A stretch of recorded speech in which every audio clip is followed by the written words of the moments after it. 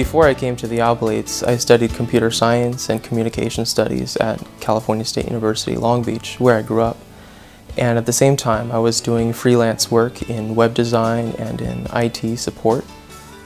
Yeah, before I entered the Oblates, I worked for 10 years as a civil engineer. I worked specifically doing geotechnical engineering. I was applying for medical schools at the time, and during that year, I was doing a lot of clinical work. So before entering the Oblates, I worked as a nurse at Barnes Jewish Hospital in St. Louis, Missouri. I specialized in ICU work. My career began in 2001, 2000 actually, when I began working at the hospital, working with developmental disabled. When I was in the Army, I was stationed throughout the United States. I also spent a year in Kosovo, and I spent some time in Germany training, and it was a really good experience and I enjoyed it, but I don't think I'd want to do it for a career. So. What ultimately brought me to the priesthood was rediscovering my Catholic faith by going to a cursil in June of 2011. You know, I began to discover a sense of peace and joy, and thinking more and more about, this is what you want me to do. You want me to be a religious. And during that preparation is when I felt the call from Mary that I should consider the priesthood. And so I started spiritual direction for the first time and spent a lot of time in prayer. I would do a holy hour every day, spent a lot of time praying with the scriptures. But I know God wants me happy and fulfilled, and in order to do that, I have to follow His will and not my own. So it was really, I felt a calling from God that I am here studying to be an oblate priest. Having a desire to visit religious communities or learn more about the diocesan priesthood. And one thing led to another, and I came across the Oblates of the Virgin Mary. And this is where I'm at now. Happy to be here.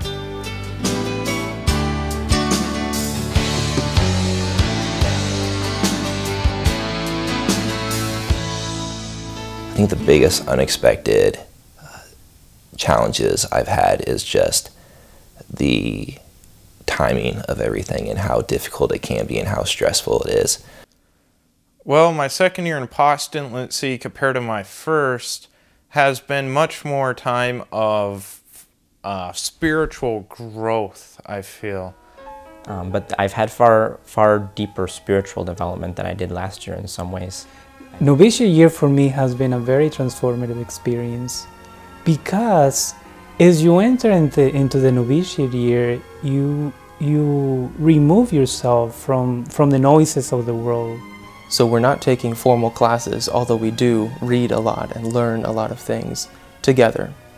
We, the novices, spend a lot of time in prayer, in reading about the history of our congregation, about religious life in general, the vows of poverty, chastity, and obedience.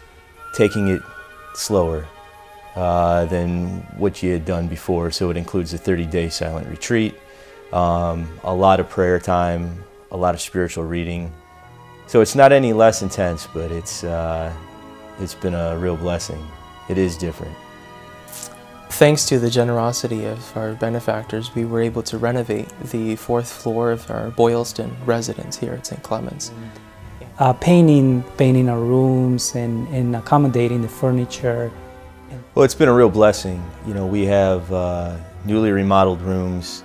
It's a real gift to have the opportunity to sort of have our own little place in the house. The prayerful attitude, the silence that you can sense once you walk into the 4th floor and go into the chapel has been a wonderful gift, and I am very grateful for that. In my free time, I like to hang out with the guys. I like jumping on the bike when I can. The winter's been long and cold, which hasn't been so good for riding a bike, but I like to jump on the trainer. But we get out of the house from time to time, whether it's a quick run to the north end or a visit to a museum. Do some art, mostly pencil sketching. And playing cards. Ping pong, which I like playing that. You have to be careful because sometimes it gets very competitive and there's a lot of emotion involved.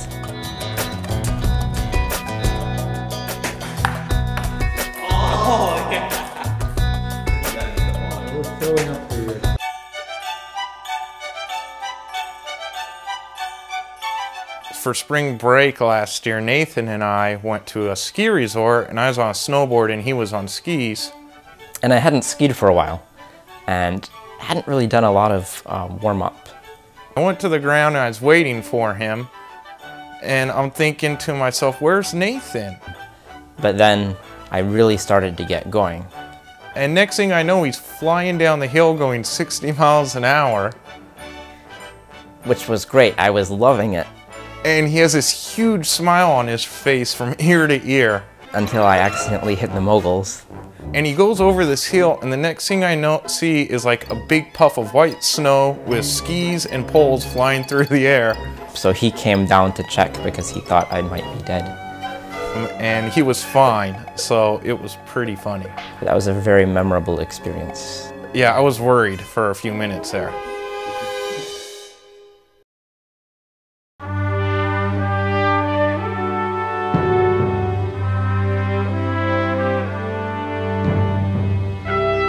Our time in Italy was phenomenal. It was a very blessed trip in which we bounced back and forth between Rome and the place of our foundation up in the north of Italy, near Turin. To a lot of the things that Father Lanteri had touched and where he lived and did his work, just the overall history of the Oblates, we got to see that, I think, in more depth and detail than a lot of Oblates had in the past. So just that opportunity was just a wonderful thing to be a part of.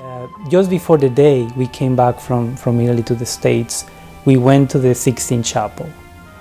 And that was a powerful experience, to be able to be there, to see, to look up at the ceiling and to actually, begin to contemplate the story of creation. Was a wonderful grace and a wonderful moment that I will always cherish.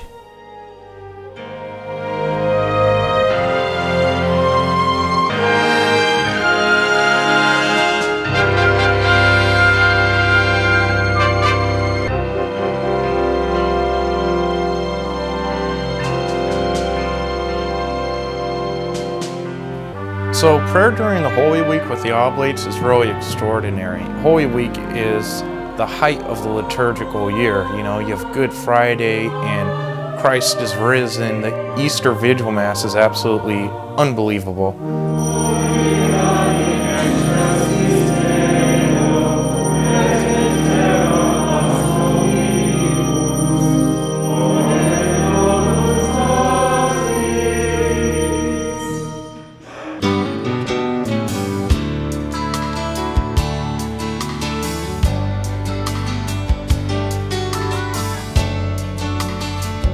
Seminary is a whole new, different life. It's a physical challenge, it's a mental challenge, and then it's a spiritual challenge, which is the toughest of all. Sort of surrounding yourself with silence more and more, and deepening into prayer, and becoming closer and closer to the Lord.